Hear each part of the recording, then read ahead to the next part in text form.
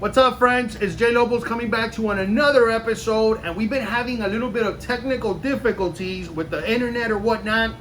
And I know I've been asked, yesterday I was actually on a radio show, and somebody expressed concern regarding life insurance, and who better to have and to talk to us a little bit about what's going on. And my friend Carlos out here, got Carlos Pichardo.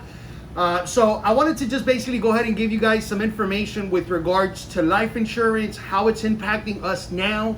I've heard of some people not being eligible. Also, you mentioned something with regards to people with work, and then obviously not them having a job anymore. What happens with that? So for you guys out there checking out the channel for the first time, consider liking, subscribing, because my job is to bring you guys as much information possible so you guys could equip yourself. So if you found this information to be good and fruitful, share it, like, comment, subscribe. Let's go ahead and dive into the topic, which is obviously life insurance, Carlos. So what's going on right now, and I know you've mentioned this in the past, about people that maybe had life insurance. Let's talk about the employment aspect of it. How does that work? So people that had life insurance through corporations. So you see a lot of big corporations having major layoffs. Like Disney just is laying off 100,000 employees, right? Yeah. So what happens when it was life insurance through your job is once you cease business there, like once you're no longer working there, 90% of the time, unless you're actually paying for the policy out of your pocket, you lose that coverage. Okay. So what's happening to these people right now is they're losing life insurance coverage, and now think about this, they have to go apply elsewhere. Okay. And a lot of companies, believe it or not, if you've tested positive for the COVID-19, they're declining coverage.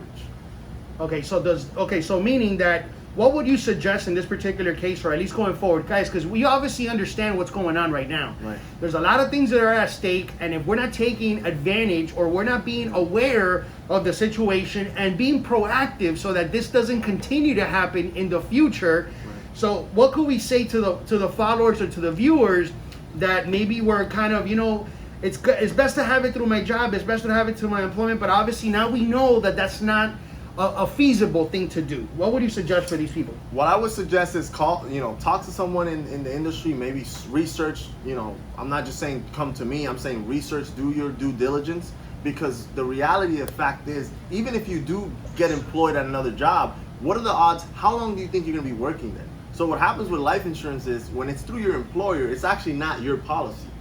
Okay. You're a certificate holder. Okay. So it's a contract between whatever company, life insurance company, and your company. So like, for example, Buildworth Strategies, you, for example, offer life insurance to your employees, but that's a contract between you and the life insurance company. Absolutely. It's a group life insurance. Once that that employer leaves, now it's a good benefit to have when it's free.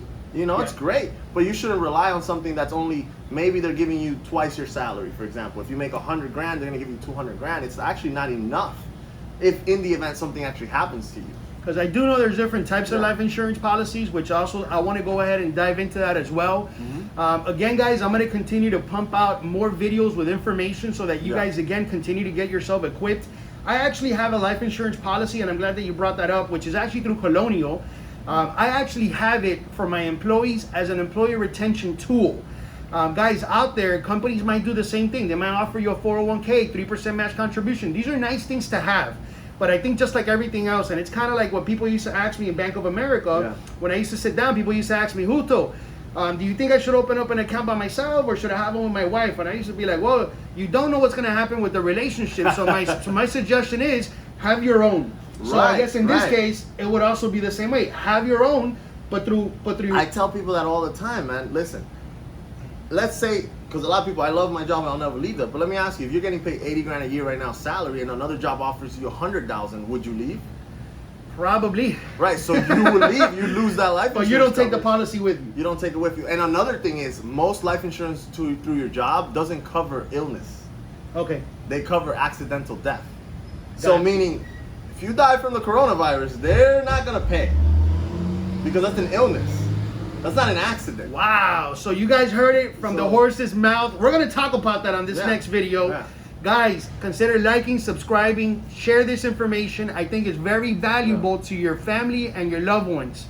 Thank you so much for the love and support. Let's go ahead and kick off with another one. Until the next time. Thank you, guys. We're here.